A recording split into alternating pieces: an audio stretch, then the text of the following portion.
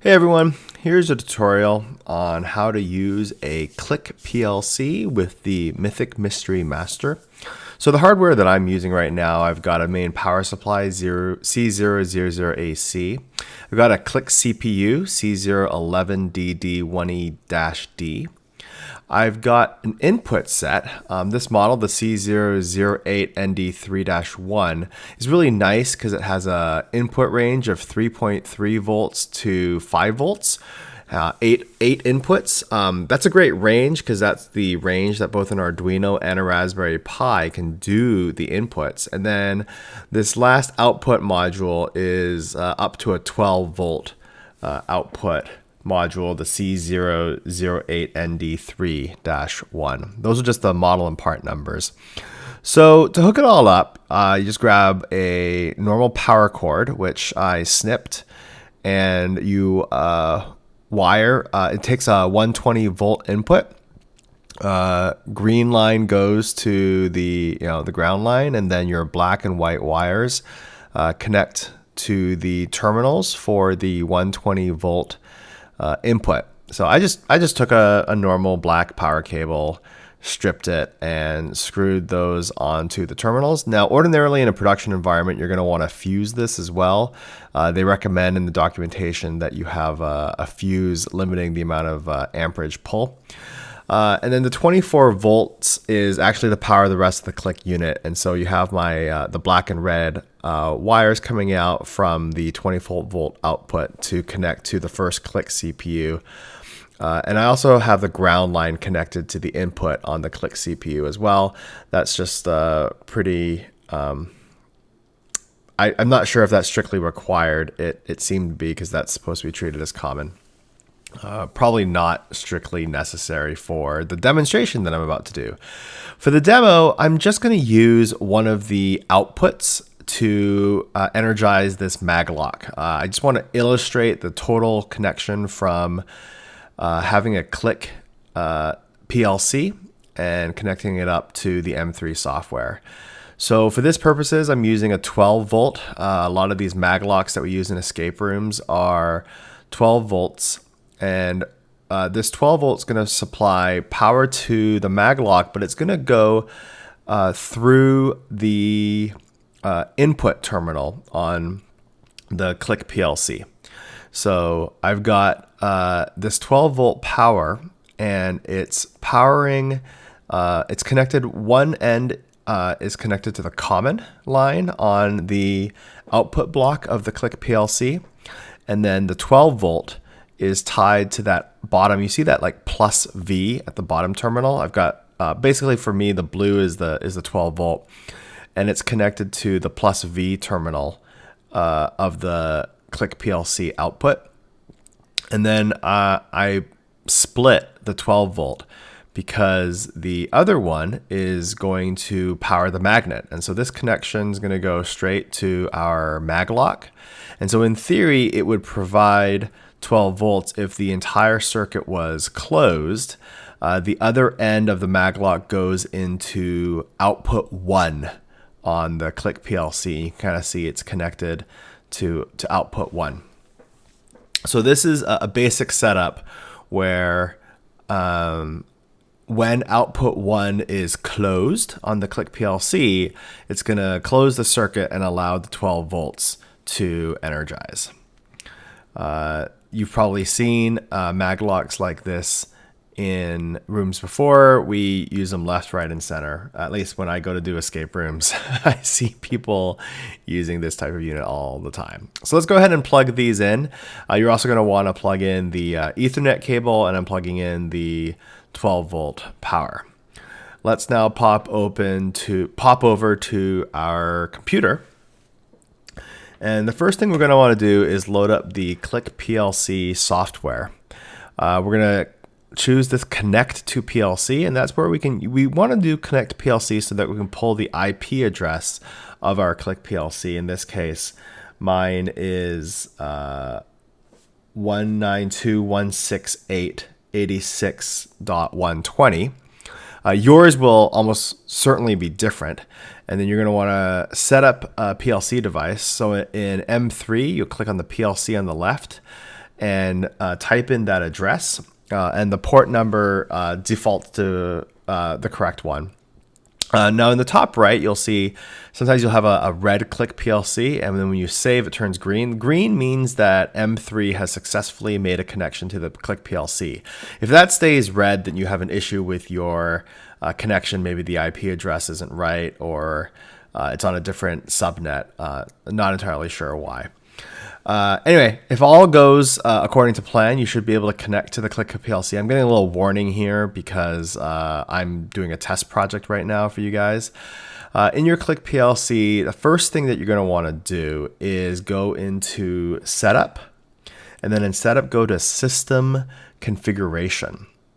This is going to create a picture of what the Click PLC software thinks your setup is. And here you can see a graphical representation of our Click PLC. You got your power supply, your CPU, your input, and your output. Depending on your configuration, you might be different. Now, the reason that we're pulling this up is because we want to find out the memory addresses that have been assigned to the different Click PLCs.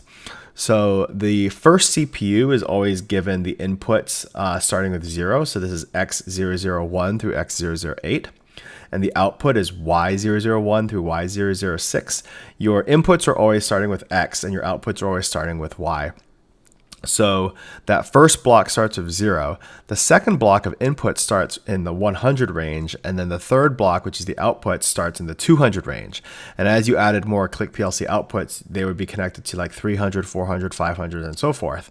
So our outputs are Y201 through Y208. Y for output, 2 for being the second click unit, and 201 through 208 for the different pin numbers. Now we're going to add a detector for a variable C1. C1 is basically, you can think of it as a user variable that can communicate with M3. And so we're just going to say, hey, reference C1, and whenever C1 is turned on, then we're just going to output straight to Y201, which again is the output pin for our electromagnet. And then we'll insert an end instruction. So just to review, basically we're saying, hey, when user variable C1 is active, then Y201 should be active.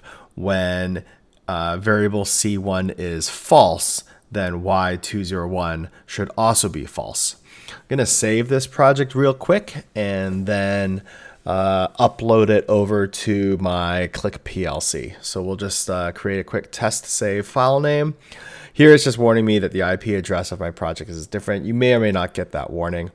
I'm overwriting my existing software on my Click PLC. You probably won't get that error if you're uploading to a clean PLC. So we basically upload this very, very simple program that just copies user variable C1 straight to the output on Y201. And then now we pop back over to the M3 software. Here I've got a test story set up called just a YouTube test. And we're going to add a new device. We're going to add a PLC device. And in this case, I'm just calling it magnet. And it's just a test magnet device. The description is not really necessary. And then we're going to say that this is a PLC device, configure it for on off. Now the controller is 1. If you have multiple PLCs connected, then this will be 1, 2, 3, so forth, but we only have the one PLC. Now to get the address, oh, by the way, the coil parameter is always set to coil.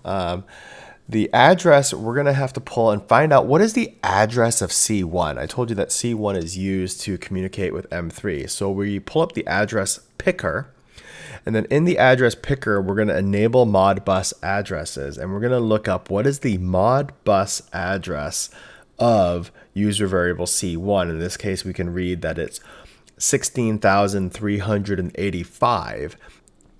We're going to take that address, 16,385, and pop over to our M3 software. Now, this is really important.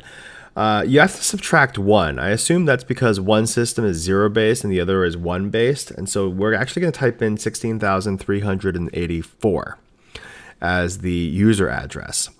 The next thing we're going to do is add 2 user actions. The first user action is going to be an on command, and the second user action is going to be an off command. So you create an on command, which is C:16384:1 for on, and then the off address is going to be C:16384:0, and that allows this device 16384 to have both an on and an off command. Last thing we need to do is go over and test this. So we go over to our events screen. And on our events screen, we're going to just create 2 test events just to show you guys how this works. So in this case, I'm just going to say that there's a initial sort of starting state and probably a reset state. So while things are running, we're going to go ahead and say, when the story state goes running, and you guys are probably familiar with this if you've done any work with M3 before. So we're just going to say, hey, go ahead and as an action, use a device and turn the magnet off. And that's going to disable the magnet when the story starts. And then we'll have another one as a reset event. And this will be, when the story state goes to resetting, then we'll go ahead and turn the magnet back on. Obviously, the logic can be whatever you actually need given the needs of your room. This is just a quick test program to illustrate how the whole thing works. Now that we've got our on game start, turn off, and then on game reset, turn the magnet back on, we'll pop over to our GM screen. And in the GM screen here, I'm going to get a camera pointing at the magnet, and you'll see that when I click start, the magnet's going to release. So right now it's engaged, and then when I hit start, it actually pops loose. You can kind of see that. Now the players are in the room, and at some point, at the end of the game, I'm going to hit reset, and that magnet is going to re-engage, boom, as soon as I hit reset.